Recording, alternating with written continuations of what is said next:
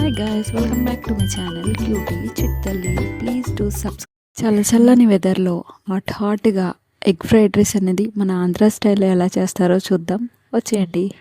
ముందుగా egg fried రైస్లోకి కావాల్సిన ఇంగ్రీడియంట్స్ అనేవి ఏమేంటియో చూసేద్దాం.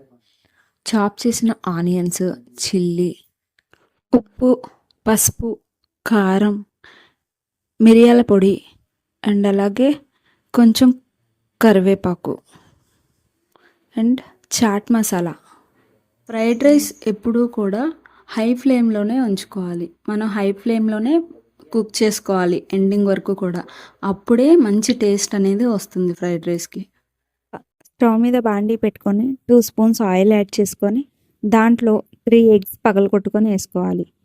ఆ పగలగొట్టుకున్న ఎగ్స్లో కొంచెం సాల్ట్ యాడ్ చేసుకొని ఒక 5 మినిట్స్ పాటు హై ఫ్లేమ్లో బాగా వేయించుకోవాలి. అలా ఒక 5 మినిట్స్ పాటు బాగా వేయించుకున్న ఎగ్ పీసెస్ని బాండీలోంచి సపరేట్ చేసుకోవాలి.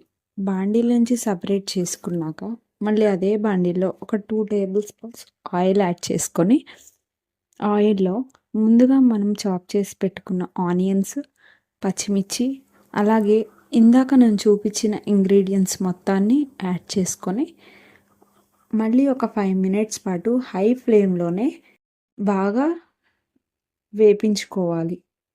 నా వీడియోస్ చూసే ప్రతి ఒక్కరూ నా ఛానల్ని కనుక సబ్స్క్రైబ్ చేసుకోకపోతే please do subscribe my channel and like my all videos. అలా 5 మినిట్స్ పాటు బాగా వేయించుకున్న ఆనియన్స్లో ముందుగా మనం సపరేట్ చేసుకున్న ఎగ్ పీసెస్ని యాడ్ చేయాలి.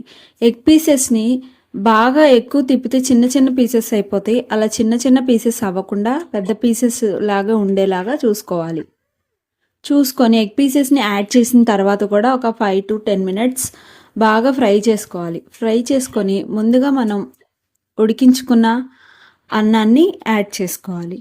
యాడ్ చేసుకొని అన్నం వేసిన తర్వాత కూడా ఒక 5 మినిట్స్ పాటు హై ఫ్లేమ్లో ఒకసారి అటు ఇటు తిప్పి ఇంకా సర్వ్ చేసుకోవడమే.